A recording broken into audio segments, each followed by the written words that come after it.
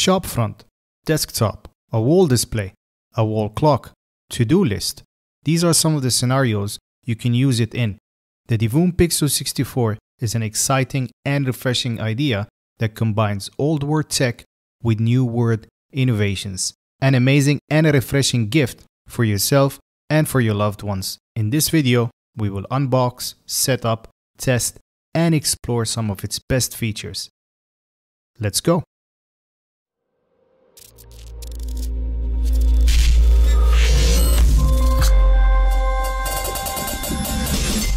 It's an exciting device, but not particularly new. We have seen a lot of companies try to take this idea and improve on it.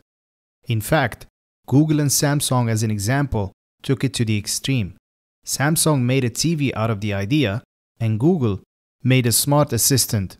By adding microphones and AI and making the product too smart, it starts competing in a different category. So they eventually fail to produce the desired outcome. This approach gives you more features, but in return, it can also complicate the experience. Divoom International, a company that started in 2006, kept it simple. The appeal is in the simplicity.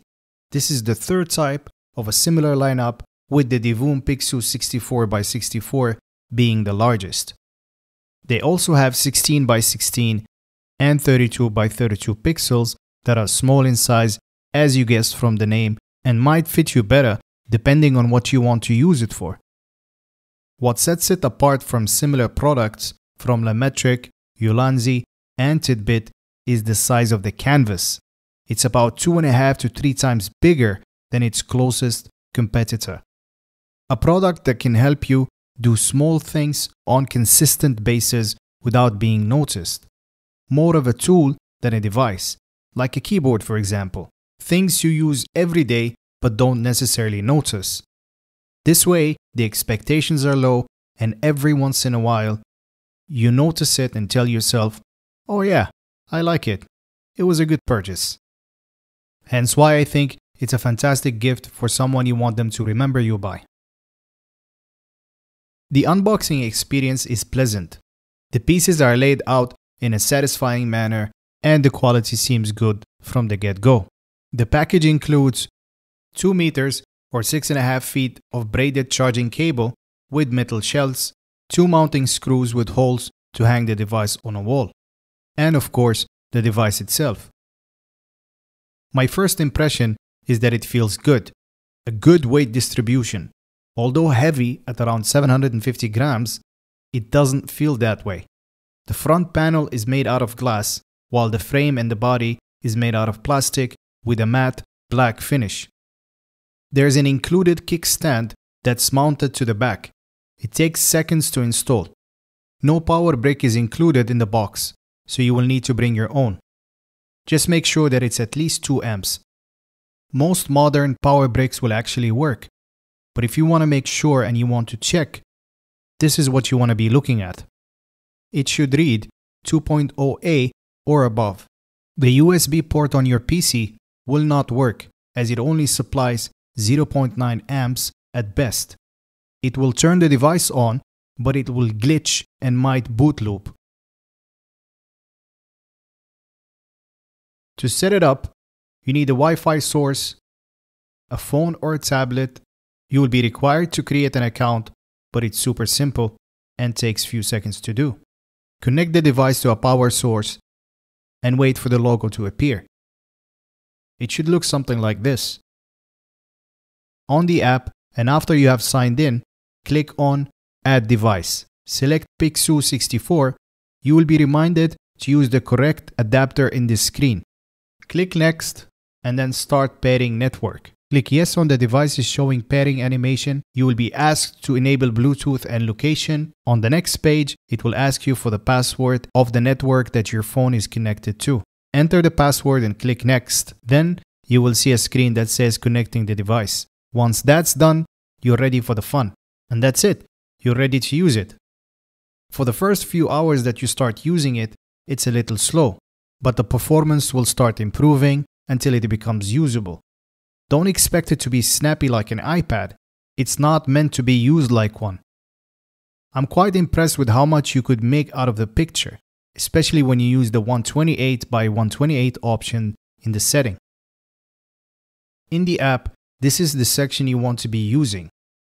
There's 11 categories of displays to choose from, and one custom category that you can use to combine several layouts and arts or photos to cycle through with a specific rotation time between the faces. Some of the layouts that I have found interesting was the social media counter, such as YouTube, which displays the channel's total views and subscribers. Last digit is not included, by the way. Currency converter. You can pick one main currency and up to 10 conversions. Computer stats, which requires you to download the program on your PC and be running at the same time, and can show you the GPU and CPU load.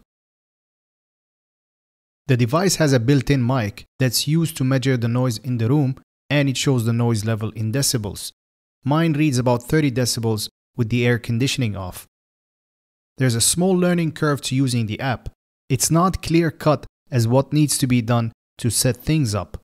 But to simplify it, you will spend most of the time in these two tabs, as they contain the artwork and the device settings. Speaking of settings, there's a hidden setting that will help you make the device brighter than the brightest setting. Go to the device settings, scroll down to the end, you will see an option that says Enhanced Brightness Mode.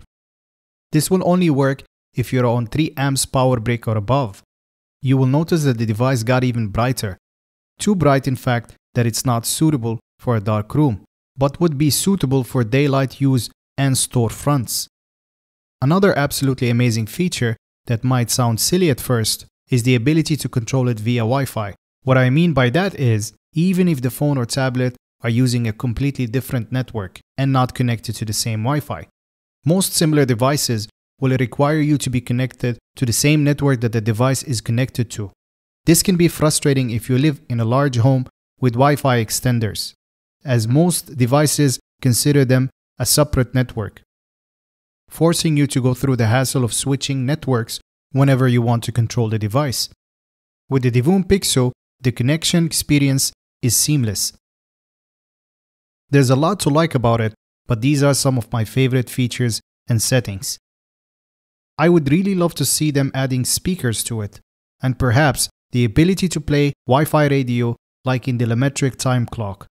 But that's just my experience and doesn't mean that everyone would like it too.